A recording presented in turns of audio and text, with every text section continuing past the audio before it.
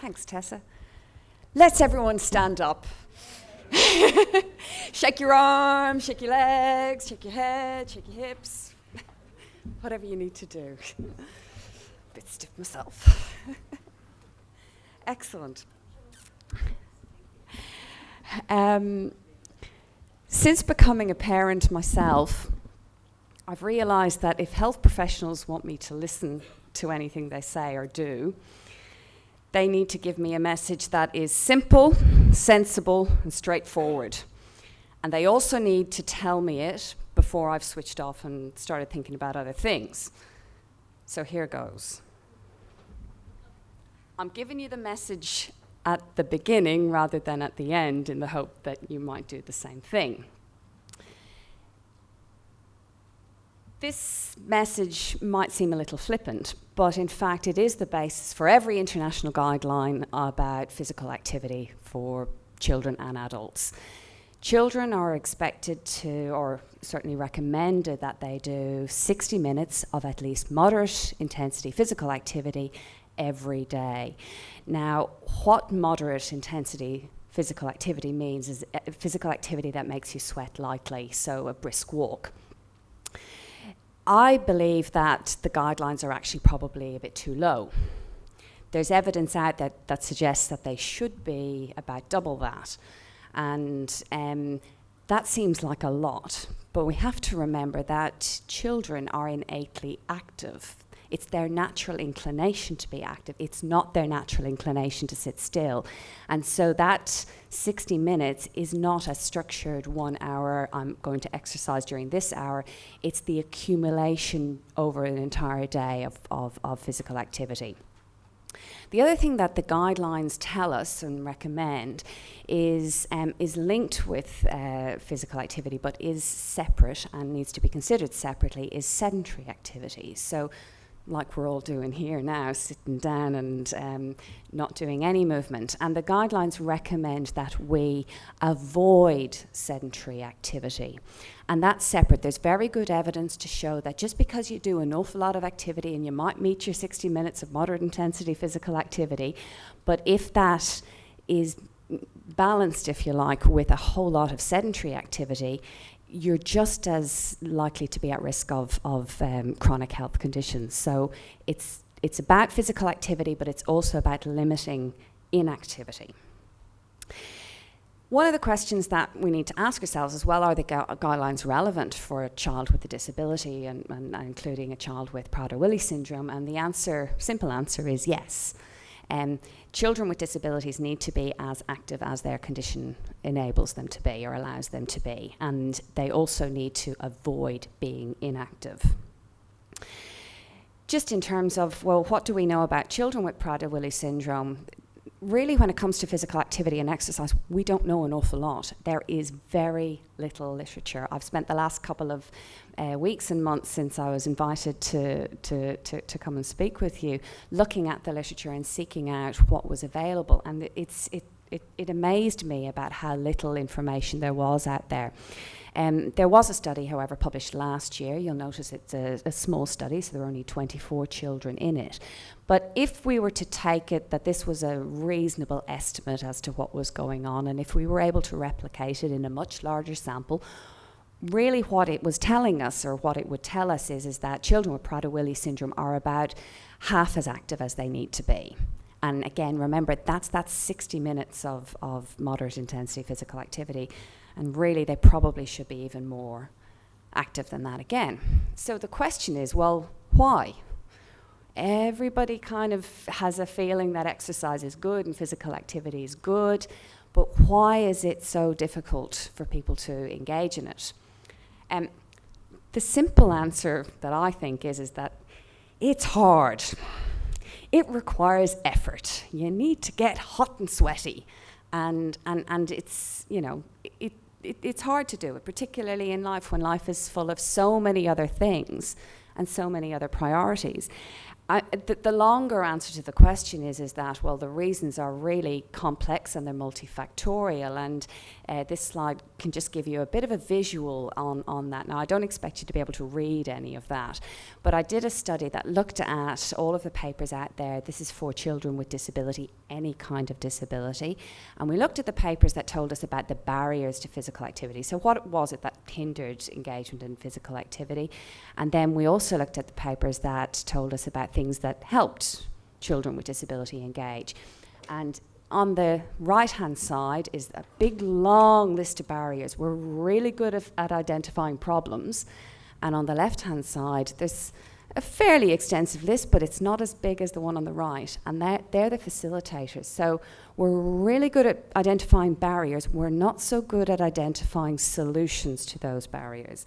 And so that's what I've spent a bit of time trying to think about, the facilitators of physical activity. Did a study a number of years ago that included parents and children and professionals from the sports and rec industry. And I specifically asked them about facilitators. So what were the kind of things that helped? And they loosely fell into this pattern. Now, I don't have time to go into it all in a lot of detail at the moment, so I'm going to pick the three that I think are the most important for children with Prader-Willi syndrome. The first one is skill development. And by skill development, I mean both motor skills, but also social skills.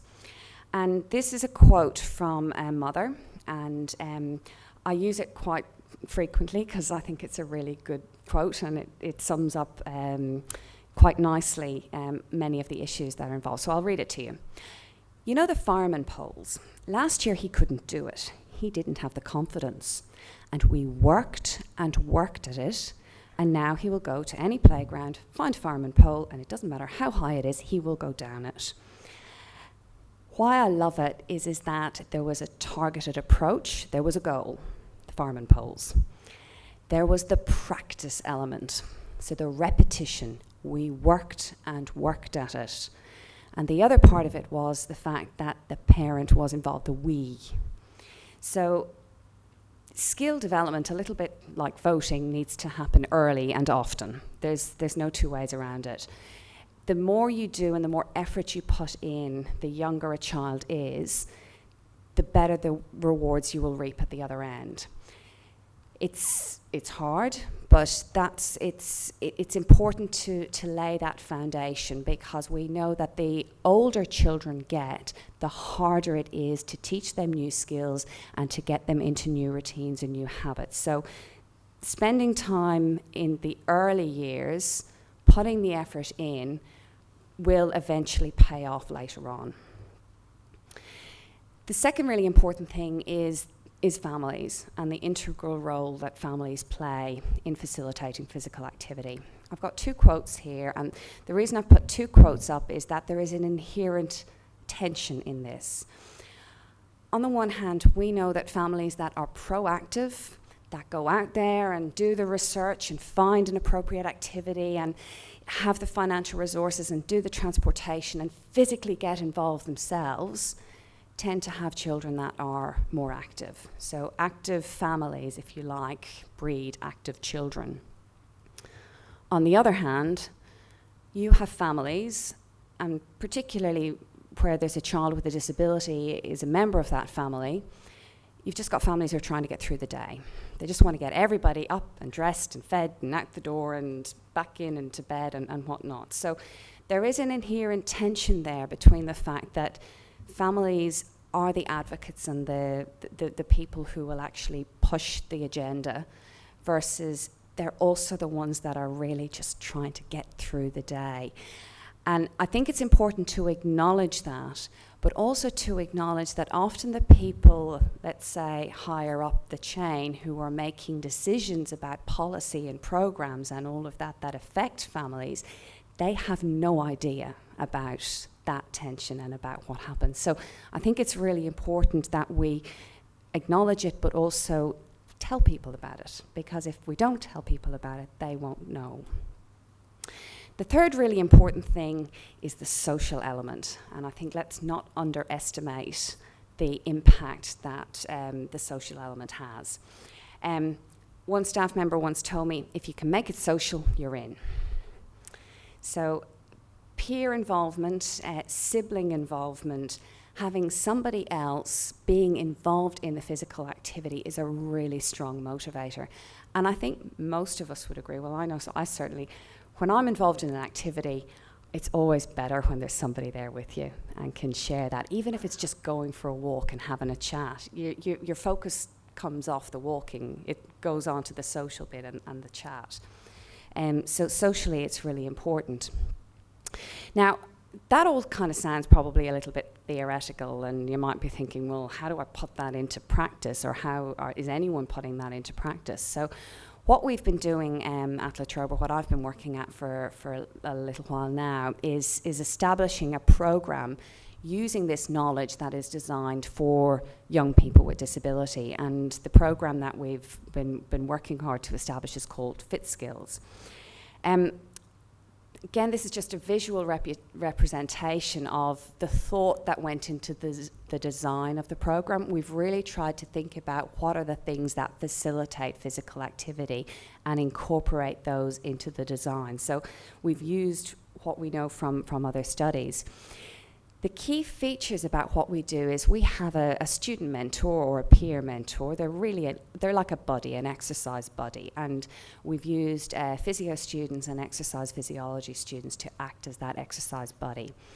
The location for the Fit Skills program is a community gym. It's whatever gym is local or in your community. We've tended to use YMCAs and various other venues that the family may already be attending in a different capacity. Program's 12 weeks long, and young people attend the program twice a week for those 12 weeks, so there's 24 sessions. It's one-on-one. So it's really about the relationship between the student mentor and the young person with disability. And that relationship has benefits for both. It provides the social contact and the one-on-one contact that the young person with disability needs to engage in exercise, but also the student has something to gain and benefit in terms of their own development and applying the skills that they're learning in the classroom. The other thing is that it's high intensity. We train young people with disability exactly how we would train any athlete, anyone else. They have to work really hard. We do a lot of strength training, which is, I think, what would be quite useful for people with Prader-Willi syndrome, considering the lower muscle mass that they have physiologically. We've actually done a lot of work on this, and we've published quite a bit on it, and I don't mean to say that in a self-promoting way, but I think a lot of what happens in the physical activity arena, particularly in disability, is not evidence-based. And so one of the features of what we've done is we've studied it and evaluated it as we've been going along to make sure that what we are doing is actually making a difference and making a change, and that's for both the young people with disability and the student mentors.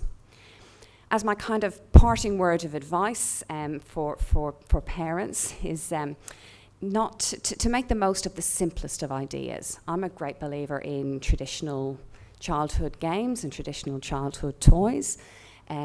Simple things like even just allowing your child to be outdoors. Children don't tend to sit down outdoors. They tend to move about and explore and whatnot. So, you know, it doesn't have to be high tech. It doesn't have to cost lots. Simple things can often be the most fun. Thank you.